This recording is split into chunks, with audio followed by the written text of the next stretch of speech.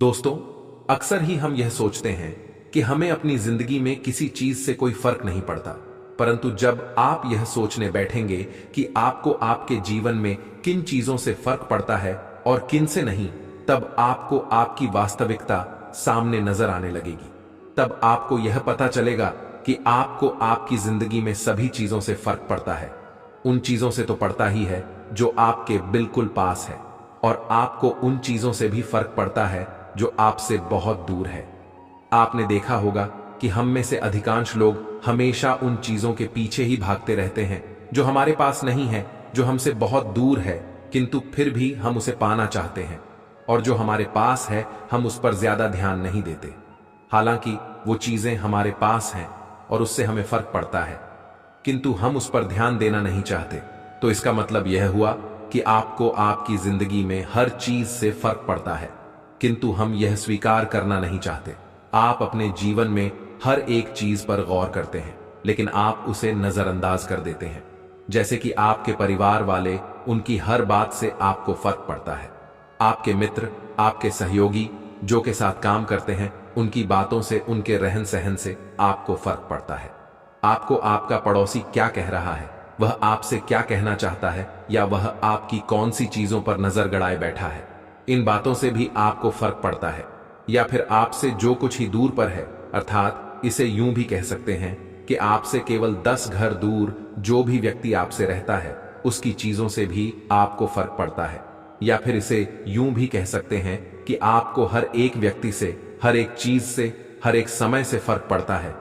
किंतु यदि आपको आपके जीवन में किसी चीज से फर्क नहीं पड़ता, तो वह केवल एक ही चीज है, और वह है आप खुद। और जब तक आपको इस दुनिया के हर दूसरे व्यक्ति से, हर दूसरी वस्तु से फर्क पड़ता रहेगा, तब तक आपकी जिंदगी यूं ही बीच मझधार में झूलती रहेगी। या फिर इसे यूं भी कह सकते हैं, धोबी का कुत्ता, न घर का न घाट का। आपने देखा होगा कि जब भी कोई व्यक्ति आपसे कुछ कहता है या आपके बारे में कुछ भी फुसफुसाना उठते हैं, और यह बात यह दर्शाता है कि आपके जीवन का रिमोट कंट्रोल, अर्थात आपके जीवन का नियंत्रण किसी दूसरे व्यक्ति के हाथों में है, और वह जैसा आपको नाच नचाना चाहे वैसा ही आप करेंगे। अर्थात वह जैसा व्यवहार आपसे करवाना चाहेगा, आप उसी के हिसाब से बदल जाएंगे। जैसे कि आप अधिकांश ही यह सोचते विचार रहते हैं कि उसने यह ले लिया और मेरे पास यह नहीं है, उसके पास वो है पर मेरे पास नहीं। उसने कुछ कहा, उसने मेरी बात नहीं मानी, उसे मेरी बात माननी चाहिए। अच्छा, ये कौन है जो मुझे आंख दिखा रहा है? अरे आज इसे क्या हो गया, यह उससे बात क्यों नहीं करना चाहता? इसी प्रकार के सभी प्रकार के विचार, और अगर आप इन सभी विचारों पर ध्यान देंगे तो आप यही पाएंगे कि यह सभी विचार दूसरों के लिए ही हैं, और वे जो कुछ भी कर रहे हैं, वे जो कुछ भी चाहते हैं, आप वैसा ही सोच रहे हैं, आप वैसा ही कर रहे हैं। अर्थात उन सब की हर बात का आपको फर्क पड़ता है। हमारी परेशानियां, चिंता, अवसाद, इन सब का सबसे बड़ा कारण यही है कि हमें फर्क पड़ता है। हां, यहां पर यह बात जरूर समझने वाली है कि जो लोग आपके करीबी हैं, जैसे कि आपके परिवार वाले, आपके मित्र, जो आपके हमेशा करीब रहते हैं, जिनकी बात आप सुनते हैं, मानते हैं, यदि वह आपसे नाराज हो जाए या फिर वह आपसे कुछ कहे और आपकी बात ना माने, तब आपको फर्क पड़ता है। यह तो समझ में आता है। परंतु यदि आप कहीं पर चल रहे हैं और अचानक आपसे कोई अजनबी आकर टकरा जाता है, तो उस अजनबी ने आपको 2 बातें क्या कह दी, आप अपने मन की शांति खो बैठते हैं और आप उससे लड़ने तक के लिए तैयार हो जाते हैं। आप किस काम के लिए जा रहे थे, आप क्या करना चाहते थे, वो आप भूल जाते हैं। आपका समय बर्बाद हो रहा है, इस पर भी आप ध्यान नहीं देते, किंतु आप उससे लड़ने के लिए तुरंत तैयार हो जाते हैं, क्योंकि उसकी बातों से आपको फर्क पड़ रहा है, जबकि आप उसे जानते तक नहीं। ठीक उसी प्रकार आप कहीं रास्ते से गुजर रहे हैं और अचानक आपके सामने से एक महंगी और चमचमाती हुई गाड़ी निकलती है। आपकी नजरें उस पर गड़ जाती हैं। उसे देखकर आप परेशान हो जाते हैं, चिंतित हो जाते हैं, क्योंकि वह गाड़ी आपके पास नहीं है। आप उस गाड़ी वाले से जलने लगते हैं। उसके प्रति आपके मन में ईर्ष्या उत्पन्न होने लगती है, क्योंकि जैसी गाड़ी आपको पसंद है वह आपके पास नहीं है, लेकिन उस व्यक्ति के पास है। इसीलिए तो कह रहा हूं, जब तक आपको आपके जीवन में हर दूसरी चीज से फर्क पड़ता रहेगा, तब तक उसको आपकी किसी बात से फर्क नहीं पड़ने वाला। मैं जानता हूं अब आप यह सोच रहे होंगे कि भला वह कौन है।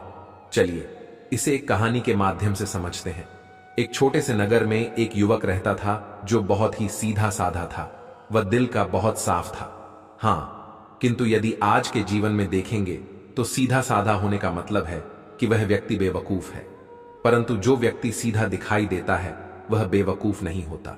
वह आपसे बहुत ज्यादा समझदार होता है, जिसमें वह समझ है जो आप में कभी आ ही नहीं सकती। एक युवक जो बहुत ही सीधा और सच्चा था।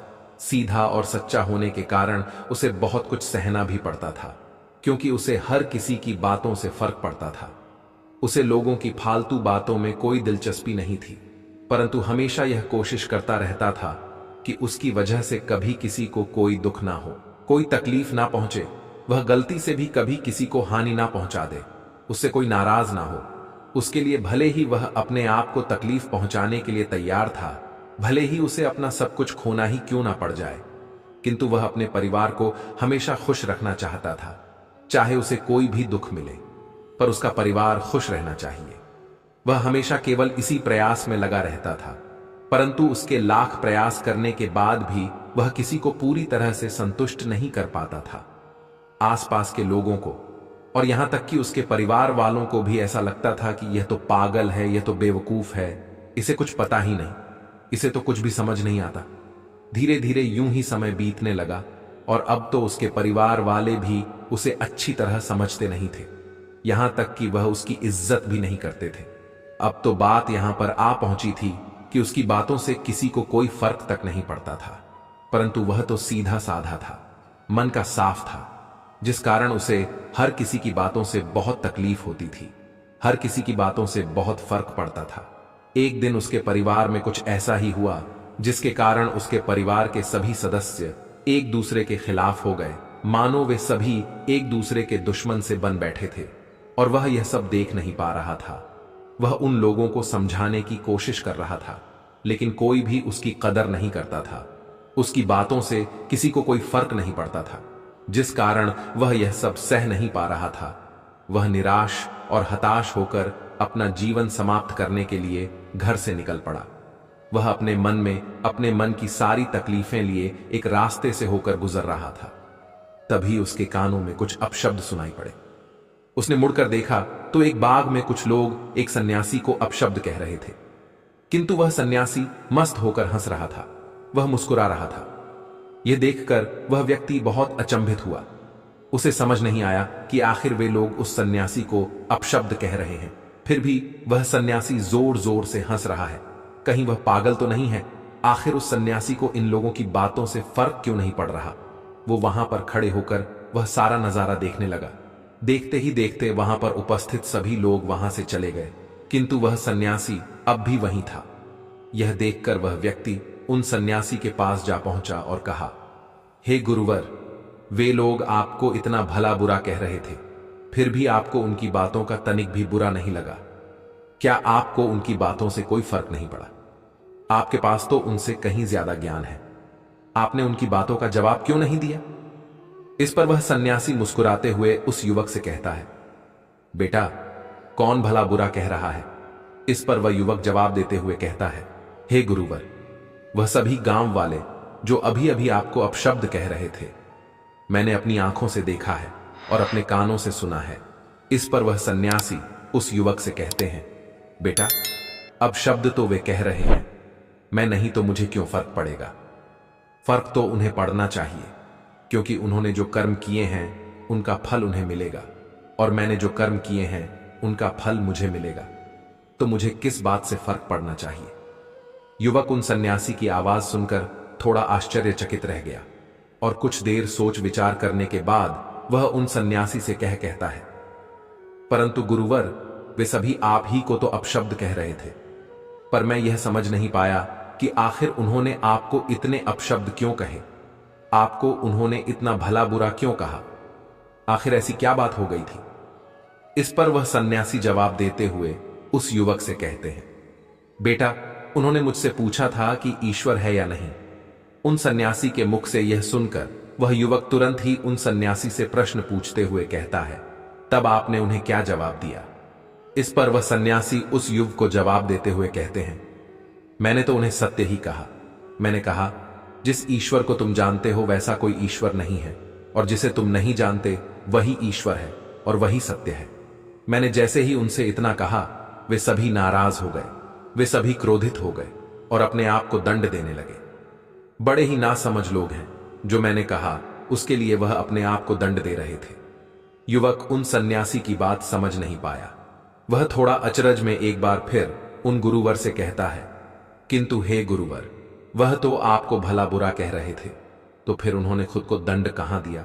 इस पर वह उस युवक से कहते हैं, बेटा, हम जो भी कहते हैं, अगर हम अच्छा कहते हैं तो हम भीतर से परमात्मा से भर जाते हैं, और अगर हम बुरा कहते हैं तो हम भीतर से शैतान से भर जाते हैं। और जो व्यक्ति शैतान से भर जाता है उसके साथ भला अच्छा कैसे हो सकता है? इस पर वह युवक एक बार फिर उन गुरुवर से प्रश्न करते हुए कहता है, परंतु हे गुरुवर, उन्होंने आपको इतना कुछ कहा, आपको इतने सारे अपशब्द कहे, क्या आपको उनकी बातों का तनिक भी बुरा नहीं लगा? भला यह कैसे संभव है? इस पर वह गुरुवर एक बार फिर मुस्कुराने लगे और उस युवक का हाथ थामकर उसे एक स्थान ले गए। उस स्थान पर 4 पागल व्यक्ति बैठे हुए थे और वह आपस में बातें कर रहे थे। उन गुरुवर ने उन चारों पागलों की तरफ इशारा करते हुए कहा, बेटा, वहां देखो, वहां पर 4 पागल बैठे हैं, जाओ और उन्हें सही बात समझाने की कोशिश करो। पहले तो युवक उन गुरुवर की इस बात पर थोड़ा सा हिचकिचाया, लेकिन फिर जैसे तैसे उसने खुद को मनाया और वह उन चारों पागलों के समक्ष पहुंचा। जब वह वहां पर पहुंचा तो उसने सुना कि वे चारों पागल आपस में कुछ बातें कर रहे हैं और उसमें से एक पागल कुछ गलत कह रहा था।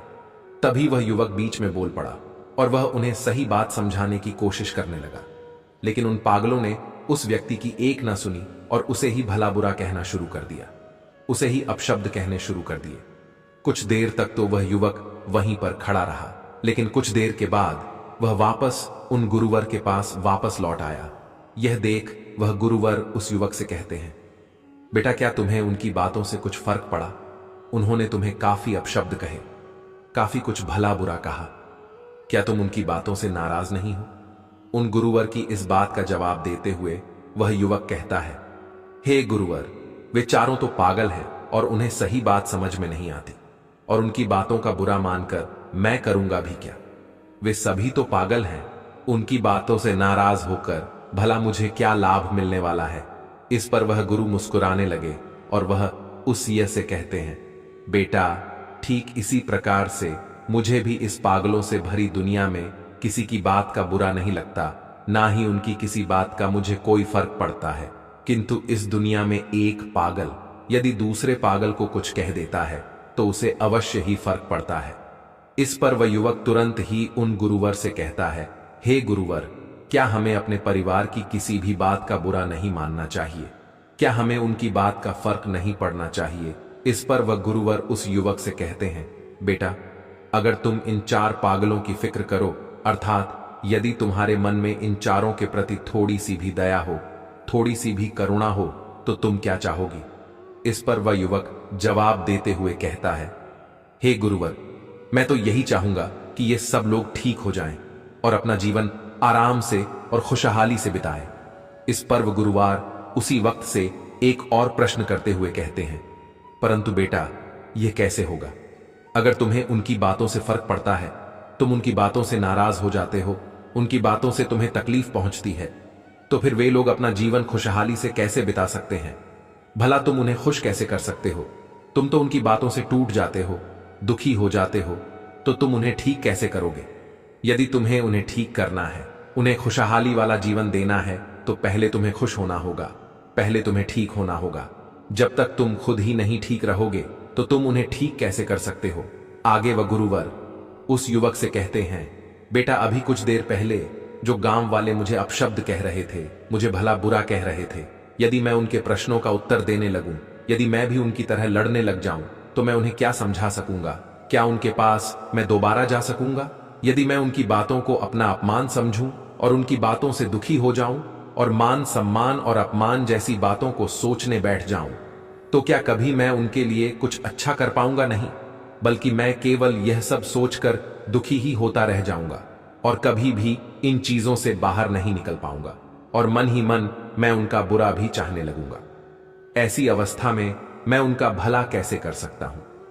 वह युवक उन गुरुवर की सारी बातें ध्यानपूर्वक सुनता है और उसके बाद वह उन गुरुवर से एक और प्रश्न करते हुए कहता है, हे गुरुवर, आप जो कुछ भी कह रहे हैं वह बिल्कुल सत्य है, किंतु आप ही बताइए फिर मुझे किस प्रकार रहना चाहिए।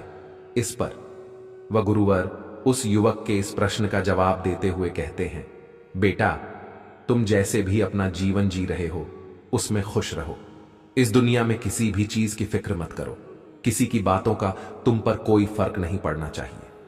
तुम्हें तो अपनी फिक्र करनी चाहिए, क्योंकि तुम बेफिक्र होकर भी सबका अच्छी तरह से ध्यान रख सकते हो, उनका भला कर सकते हो, चीजों को सुधार सकते हो, हालातों को पहले से बेहतर कर सकते हो।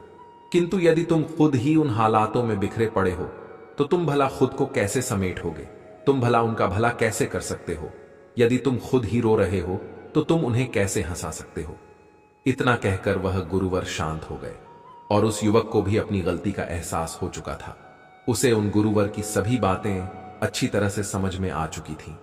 इसलिए उसने अपना इरादा बदला और वह वापस घर लौट गया। अब से वह हमेशा बेफिक्र रहने लगा था। अब से वह किसी की बातों पर ध्यान नहीं देता था। उससे किसी की बातों का कोई फर्क नहीं पड़ता था। वह तो हमेशा मस्त मौला होकर रहता और देखते ही देखते उसने अपने परिवार में होने वाले कलह कलेश को भी धीरे धीरे पूरी तरह से खत्म कर दिया था।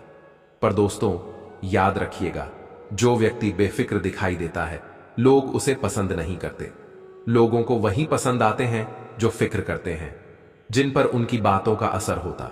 जैसे 4 पागल एक समझदार व्यक्ति को पसंद नहीं कर पाते और 4 समझदार व्यक्ति एक पागल को पसंद नहीं कर पाते। अब यहां पर या तो पागल व्यक्ति समझदार को पागल बना देंगे या समझदार व्यक्ति पागल को समझदार बना देंगे। इसलिए यदि जीवन में किसी की फिक्र करनी है तो अपने जीवन की कीजिए, क्योंकि समय नहीं गुजरता, ना ही समय कटता है, परंतु यह जीवन जरूर गुजर जाता है और यह जीवन कट जाता है।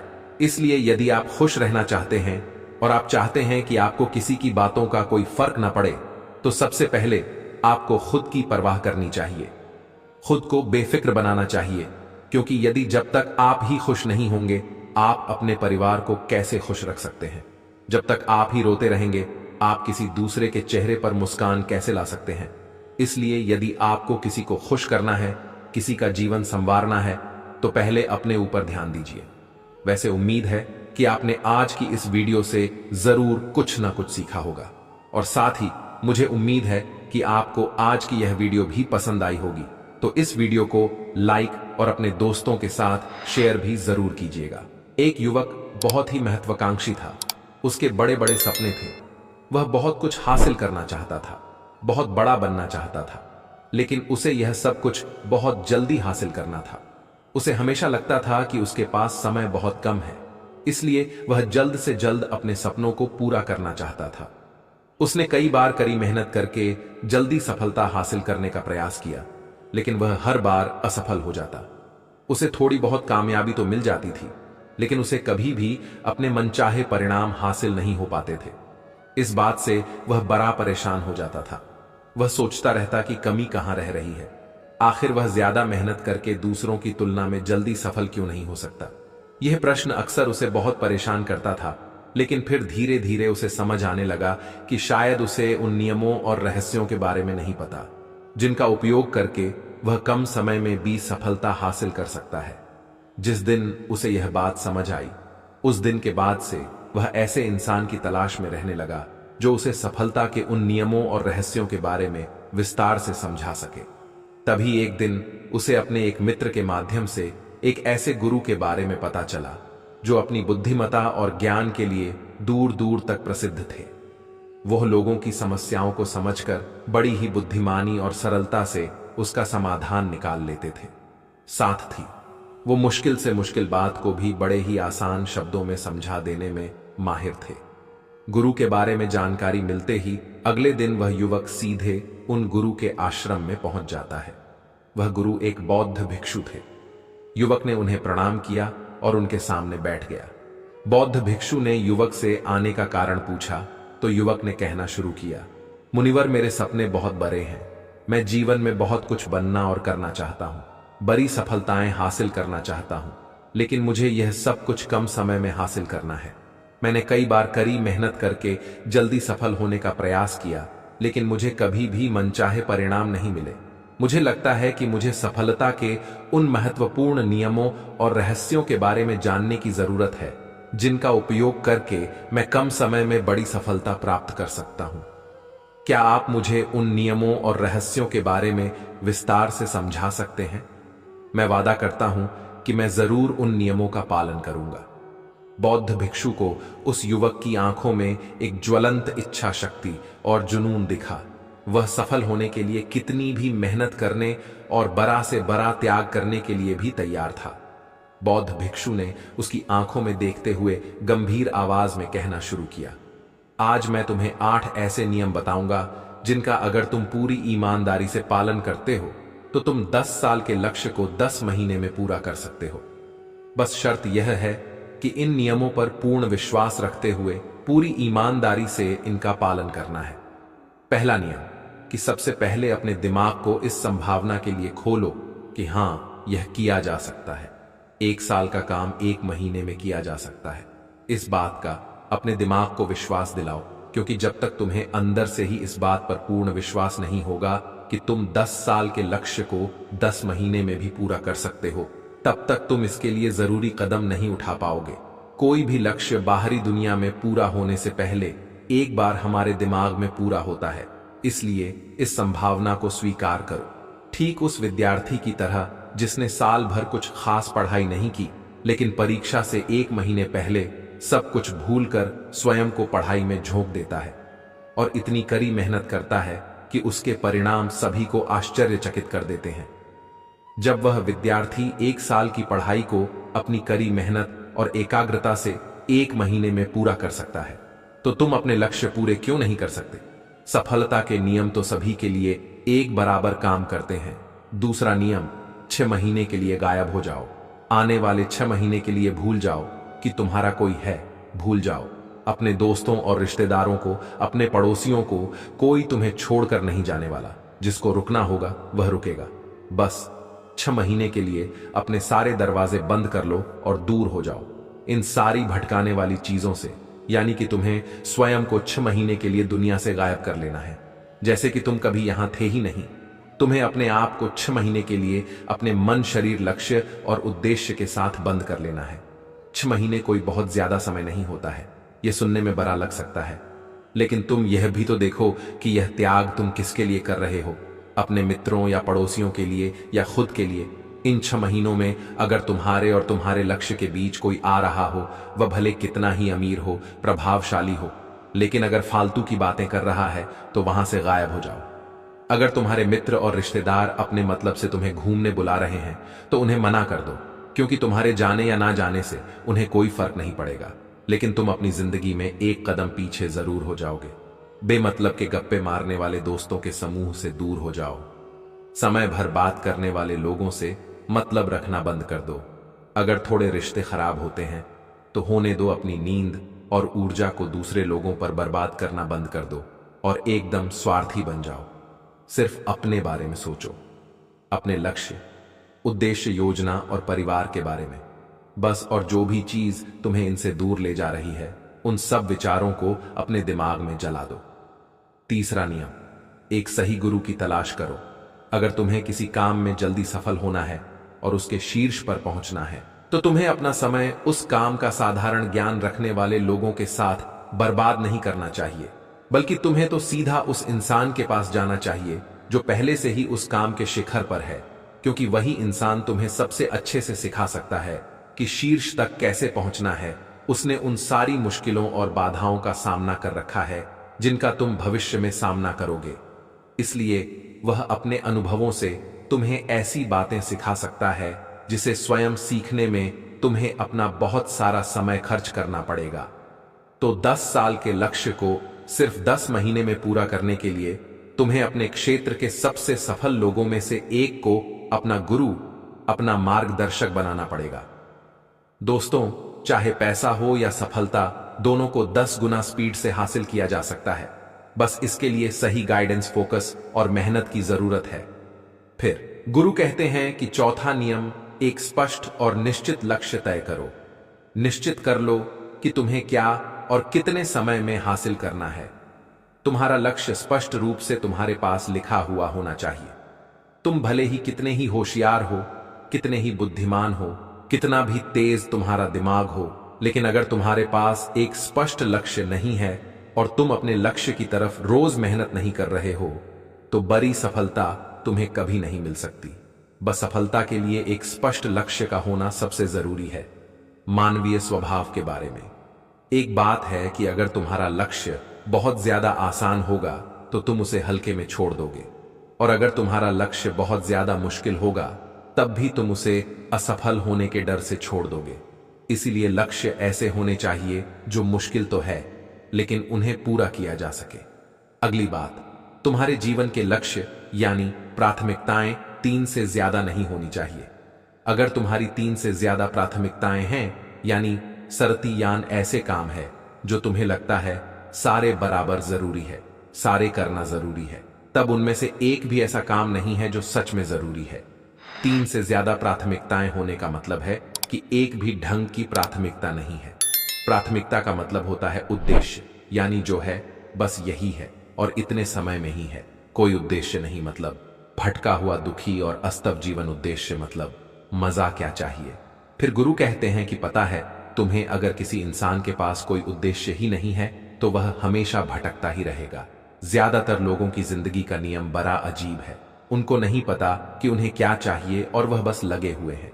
इसलिए अगर तुम्हें 10 साल का लक्ष्य सिर्फ 10 महीने में हासिल करना है तो तुम्हारा लक्ष्य तुम्हारे दिमाग में स्पष्ट रूप से अंकित होना चाहिए। 5वां नियम, लक्ष्य को पाने के लिए एक विस्तृत योजना बनाओ। देखो कि तुम्हारे लक्ष्य को हासिल करने के लिए 3 सबसे जरूरी काम क्या हैं, उनका पता लगाओ और फिर उन कामों को आगे छोटे छोटे हिस्सों में बांट लो। अपने 10 महीने के लक्ष्य को दिनों, हफ्तों और महीनों में बांट लो और यह निश्चित करो कि तुम हर दिन अपने उस बांटे हुए काम को पूरा कर रहे हो। इसके साथ ही तुम्हारे पास 3 ऐसे ठोस कारण होने चाहिए कि तुम्हें यह लक्ष्य क्यों हासिल करना है। याद रखो, जितना ज्यादा मजबूत तुम्हारा कारण होगा उतनी ही ज्यादा संभावना है कि तुम्हारा लक्ष्य हासिल हो जाएगा। हर दिन उस लक्ष्य को पूरा होता हुआ देखो और महसूस करो कि जब तुम उस लक्ष्य को हासिल कर लोगे तो कैसा महसूस करोगे। उसे महसूस और अनुभव करने की कोशिश करो। साथ ही यह प्रश्न भी अपने से पूछना जरूरी है कि तुम्हारा जो लक्ष्य है उसे पूरा करने के लिए क्या क्या करना जरूरी है और क्या छोड़ना पड़ेगा। तुम्हें अपने लक्ष्य के बारे में यह अंदाजा भी जरूर होना चाहिए कि तुम्हारा लक्ष्य कितना मुश्किल है। तुम्हें अपने लक्ष्य को हासिल करने के लिए कितनी मेहनत करनी पड़ेगी, कितना त्याग करना पड़ेगा, इस बात का भी तुम्हें अंदाजा होना चाहिए। 6वां नियम, स्वयं के अंदर प्रबल एकाग्रता और अनुशासन विकसित करो। कभी कभी ऐसा होता है ना कि हम बहुत ज्यादा ऊर्जावान महसूस करते हैं, हमें लगता है आज बड़ा अच्छा लग रहा है, पर समस्या यह है कि यह कभी कभी ही महसूस होता है। याद करो उस दिन के बारे में जिस दिन तुम बहुत ज्यादा एकाग्र थे, बहुत ज्यादा काम करने का मन कर रहा था। तुम्हारे अंदर यह नहीं आ रहा था कि मैं कल से करूंगा, एक उत्साह था, तुम्हारे अंदर एक ऊर्जा थी।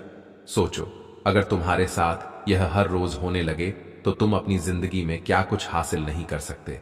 आलस, थकान, काम में मन न लगना, ध्यान भटकना, हार मानने का मन करना, बार बार काम को बदलना, यह सब ना हो। इसीलिए तुम्हारा ध्यान होना चाहिए अपनी ऊर्जा नियंत्रण पर। हमें हर दिन एक निश्चित मात्रा में ऊर्जा मिलती है, इसलिए इसका सही से उपयोग करना सीखो। अपना सबसे अच्छा समय जब तुम जोश में होते हो, उस समय सिर्फ वह करो जो तुम्हारे लिए सबसे ज्यादा जरूरी है। बाकी दुनिया की बातें सब बाद में। पहले दिन जिस काम को जितने समय में कर सकते थे, प्रयास करो अगली बार उसे और कम समय में कर सको और कष्ट को झेलो। तुम्हारा शरीर और दिमाग एक समय के बाद उसे स्वीकार कर लेंगे। फिर एक दिन मजाक हो जाएगा तुम्हारे लिए वह करना। जिस लक्ष्य को तुम्हें पाना है, उसे पाने में अगर कोई चीज रोके या बाधा बने तो उसे छोड़ दो, उससे किनारा कर लो या टाल दो कि इसे बाद में करेंगे। जब हम ऊर्जावान, उत्साहित और एकाग्र महसूस कर रहे होते हैं, तब हम 10 घंटे के काम को 1 घंटे में ही पूरा कर सकते हैं। और अगर यही ऊर्जा और एकाग्रता तुम्हारे अंदर हमेशा बनी रहे तो तुम 10 साल के लक्ष्य को 10 महीने में भी पूरा कर सकते हो। दुनिया में जितने भी मजे बने हैं, कामयाब लोग इन सब को नजरअंदाज कर लेते हैं और वह मजा ढूंढते हैं अपने काम में। बड़े से बड़े कामयाब लोगों के पास में उन्होंने कितना लगातार एक ही काम को किया, इसकी कहानी होती है, न कि कितना उनको ज्ञान था इसकी कहानी होती। तुम किसी भी सफल इंसान को देख लो, उसके काम गिने जाते हैं, उसका ज्ञान नहीं। ज्ञान बहुत लोगों के पास होता है, लेकिन लगातार काम बहुत ही कम लोग कर पाते हैं। कहने का मतलब है कि ज्ञान के साथ मेहनत और अनुशासन बहुत जरूरी है। दुनिया में ज्यादातर इसी बात के उदाहरण मिलेंगे कि कम ध्यान रखने वाले अक्सर ज्यादा ज्ञान रखने वाले से आगे निकल जाते हैं। और इसकी वजह होती है निरंतरता, यानी लगातार प्रयास। कामयाबी न ज्ञान की मोहताज है, न तेज दिमाग की मोहताज है, न पैसों की, न जान पहचान की। यह कामयाबी गुलाम है। लगातार प्रयास की, लगातार कर्म करते रहने की बात जानकारी या ज्ञान की नहीं है। ज्ञान तो पूरी दुनिया ले रही है। बात उस ज्ञान को दूसरों से ज्यादा बुद्धिमानी से उपयोग करने की है। 90% लोग तो अपने दिमाग में परिजान का इस्तेमाल ही नहीं कर रहे, सिर्फ जान लेकर बैठे हैं, कर कुछ नहीं रहे।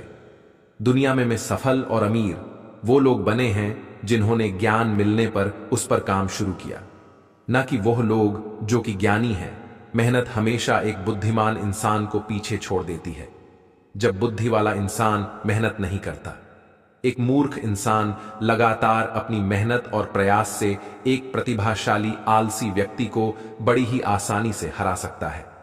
अफसोस की बड़ी कामयाबी के लिए ध्यान चाहिए, ज्ञान नहीं। ज्ञान तो ले सकते हैं, लेकिन भटके हुए मन को लगाना सबसे मुश्किल होता है। दूसरी चीज है अनुशासन और काम को समय पर करना। इस दुनिया में सबसे ज्यादा सपने काम को टालने की आदत ने मारे हैं। सबसे ज्यादा सपने आलस ने मारे हैं, इस टालने की आदत ने कि मैं कल करूंगा, बाद में करूंगा। इसे टालने की आदत ने न जाने कितने लोगों को बुढ़ापे में यह पछतावा करवाया है कि काश मैं एक कोशिश और कर लेता तो 10 साल के लक्ष्य को 10 महीने में प्राप्त करने के लिए कहने एकाग्रता और अनुशासन का होना बेहद जरूरी है। 7वां नियम, उत्तरदायित्व लो और जवाबदेह बनो। अपने काम की व्यक्तिगत जिम्मेदारी लो और उसके प्रति जवाबदेह रहो। किसी एक ऐसे इंसान को ढूंढो जिसके प्रति तुम जवाबदेह बन सको, जिससे अगर तुम किसी काम को करने का वादा करते हो तो वह तुमसे उस काम के पूरा होने या ना होने पर प्रश्न कर सके और तुम्हें उसे उत्तर देना पड़े। ऐसे उत्तरदायित्व और जवाबदेही तुम्हें तुम्हारे लक्ष्य से भटकने नहीं देती और तुम्हें समय पर काम पूरा करने के लिए मजबूर करती है। वह व्यक्ति जिसके प्रति तुम जवाब दे रहे होगे वह तुम्हारे माता पिता या गुरु कोई भी हो सकते हैं। 8वां नियम, लगातार सीखते रहना और नई चीजों को अपनाना। अगर तुम्हारा लक्ष्य बहुत बड़ा है तो ऐसा नहीं होगा कि तुमने लक्ष्य बनाया और वह तुम्हारी योजना अनुसार पूरा हो जाएगा। तुम रोज मेहनत करते रहोगे और आगे बढ़ते रहोगे, ऐसा नहीं होगा। रास्ते में कई सारे उतार चढ़ाव आते रहेंगे। कई बार तुम बहुत मेहनत करोगे, तुम्हें कुछ अच्छे परिणाम मिलेंगे, फिर तुम मेहनत करते रहोगे लेकिन तुम्हें परिणाम नहीं मिलेंगे। तुम नीचे आओगे, ऐसे ही फिर ऊपर जाओगे और ऐसे ही कई बार होता रहेगा। तब जाकर तुम्हारा दिमाग, तुम्हारा शरीर और तुम्हारा विश्वास यह चीज स्वीकार कर पाएंगे कि हां, मुश्किलों के बाद भी तुम बड़ी सफलता प्राप्त कर सकते हो। बात बहुत ही साधारण है। बदलाव प्रकृति का नियम है, इसलिए लगातार नया सीखते जाओ, अपने पुराने बेकार विश्वासों को तोड़ते जाओ और समय के अनुसार नई चीजों और नए तरीकों को अपनाते जाओ।